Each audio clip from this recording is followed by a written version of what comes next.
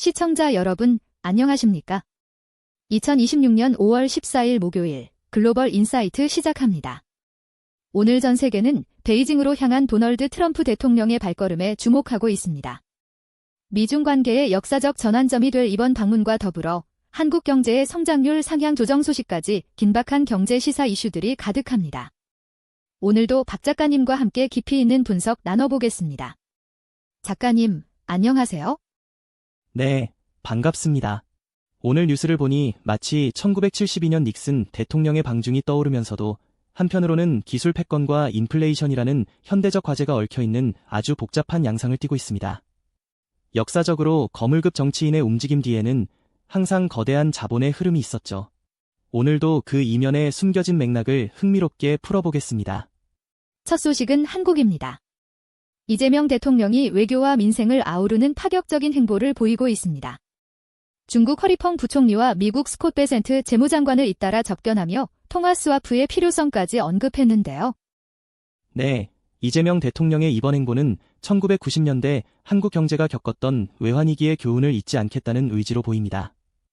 특히 미중 양국의 핵심 경제 인사를 동시에 만난 것은 실용주의 외교의 정석이라 할 수 있죠. 통화 스와프는 일종의 경제보험인데 코스피가 사상 최고치를 경신하는 상황에서도 만약의 사태를 대비하려는 철저함이 돋보입니다. 울산 조선소 방문과 전통시장 행보는 수출 산업과 내수 경기를 동시에 챙기겠다는 신호로 읽힙니다. 경제 지표도 고무적입니다. 한국개발연구원 KDI가 올해 성장률 전망치를 2.5%로 대폭 올렸습니다. 다만 물가 상승 우려도 함께 나왔네요. 반도체 수출이 효자 노릇을 톡톡히 하고 있죠. 모건 스탠리가 코스피만 시대를 예견한 것도 같은 맥락입니다. 하지만 재미있는 건 외국인들이 5월에만 18조 원 넘게 매도하며 차익 실현에 나섰다는 점입니다. 이는 1980년대 일본 버블 경제 직전의 모습과도 닮아 있어 주의가 필요합니다.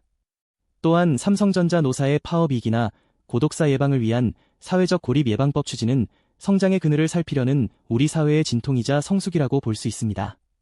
안보면에서는 호르무즈 해협의 남우호 피격 사건이 미사일 공격일 가능성이 제기되면서 미국의 해양 자유 구상 참여 여부가 화두로 떠올랐습니다. 1980년대 유조선 전쟁 당시에도 호르무즈는 세계의 화약고였습니다. 한국이 국제사회의 일원으로서 단계적 기여를 검토하는 것은 이제 우리가 단순한 수혜국을 넘어 해양 안보의 핵심 파트너로 성장했음을 보여주는 사례입니다. 다음은 미국입니다. 도널드 트럼프 대통령이 드디어 베이징에 도착했습니다. 10년 만에 이루어진 미국 대통령의 중국 방문이라 전 세계가 긴장하고 있습니다. 트럼프 대통령의 이번 방중은 단순한 방문이 아닙니다. 19세기의 거대 게임이 21세기 버전으로 재현되는 것이죠. 무역과 안보, 특히 이란 전쟁 문제를 두고 시진핑 주석과 어떤 빅딜을 할지가 관건입니다. 트럼프 특유의 거래의 중심적 외교가 중국의 1대1로 전략과 충돌할지 아니면 새로운 타협점을 찾을지가 관전 포인트입니다. 내부적으로는 연준 의장 인준을 둘러싼 갈등이 격화되고 있습니다. 케빈 워시 의장이 인준되었지만 엘리자베스 워런 의원은 트럼프의 꼭두각시라며 맹비난했는데요. 중앙은행의 독립성 논란은 1951년 재무부연준 합의 이후 미국 경제의 영원한 숙제입니다. 인플레이션이 3년 만에 가장 빠르게 치솟고 특히 휘발유 가격이 급등한 상황에서 연준의 수장이 대통령의 의중대로 움직인다면 시장의 신뢰를 잃을 수 있다는 우려가 크죠. 루이지애나와 조지아의 선거구 재액정 논란까지 겹치면서 11월 중간선거를 앞둔 미국의 정치 지형은 그야말로 폭풍 전야입니다. 중국으로 가보겠습니다. 트럼프 대통령을 맞이한 중국은 기술력과 경제 회복세를 과시하며 협상력을 높이는 모양새입니다. 특히 양자 컴퓨팅 분야에서 세계 기록을 경신했다고요? 주장 4호라는 양자 컴퓨팅 원형기 개발은 중국이 4차 산업혁명의 핵심 고지를 선점했음을 의미합니다.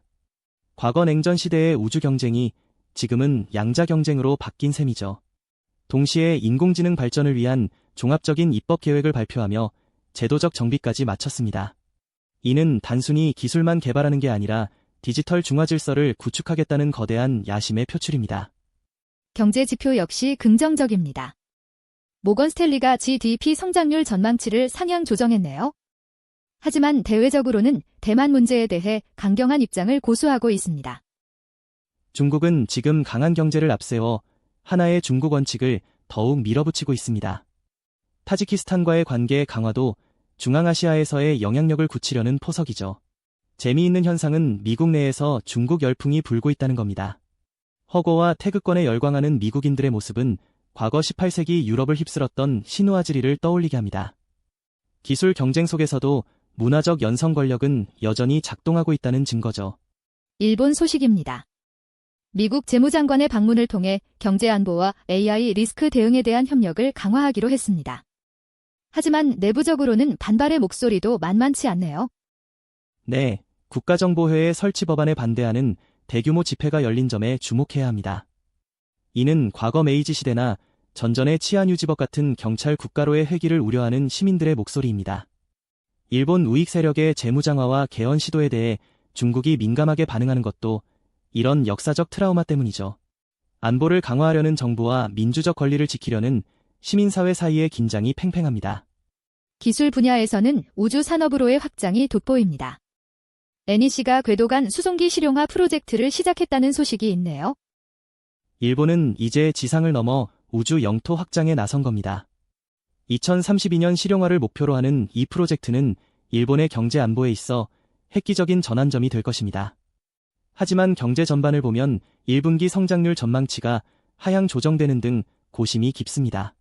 특히 AI 시대의 젊은 층의 일자리가 위협받는 주니어 트랩에 대한 논의는 고령화 사회인 일본이 마주한 새로운 인적 자원 관리의 숙제를 잘 보여줍니다. 중동의 이란 상황도 긴박합니다. 쿠웨이트와의 선박 갈등 속에서 미국을 향한 5가지 협상 조건을 내걸었네요.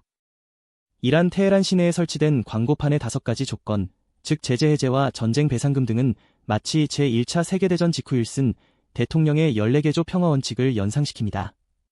이란은 지금 벼랑 끝 전술을 쓰면서도 내부적으로는 지식 기반 기업 육성과 과학적 권위 확보를 새로운 국가 전략으로 내세우고 있습니다. 외부 압력에 굴하지 않고 자생적인 발전 모델을 만들겠다는 계산이죠. 내부적으로는 물가 안정을 위한 사재기 단속 등 강력한 통제 정책도 병행하고 있습니다.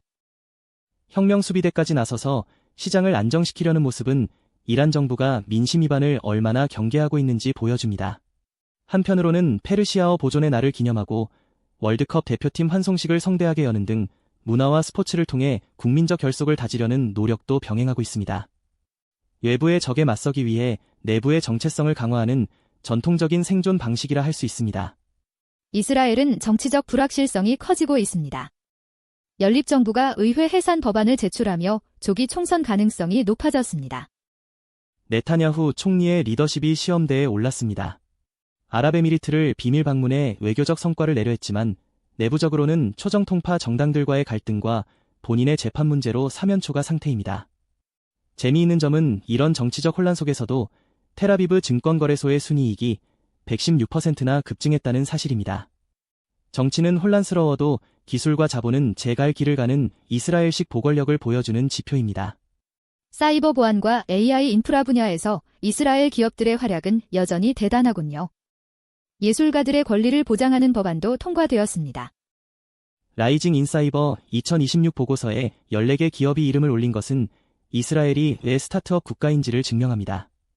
또한 40년 만에 개정된 공연자 권리법은 예술가들이 플랫폼으로부터 정당한 대가를 받게 하는 중요한 진보입니다. 정치는 싸우고 갈등해도 미래 먹거리인 기술과 문화적 기초인 예술에 대해서는 국가적 시스템을 정비해 나가는 모습이 인상적입니다. 글로벌 단신입니다. 구글이 사이버 범죄 집단의 AI 우회 시도를 적발했고 미국의 얼리전트 항공은 선컨트리 항공 인수를 완료하며 레저 항공업계의 강자로 떠올랐습니다. AI가 범죄의 도구가 되고 이를 막는 것도 다시 AI가 하는 창과 방패의 대결이 본격화되었습니다. 항공업계의 인수합병은 거대 기업들의 효율성 추구를 보여주는 사례죠. 한편 노스캐롤라이나 산불의 99%가 인재라는 점과 이란의 월드컵 열기는 기술과 정치의 소용돌이 속에서도 결국 중요한 것은 사람의 의지와 문화적 유대라는 점을 다시금 일깨워줍니다. 오늘 글로벌 인사이트는 전 세계의 긴박한 외교전과 기술 경쟁, 그리고 그 속에 숨겨진 민생의 목소리를 짚어봤습니다. 작가님, 오늘의 한 줄 평 부탁드립니다.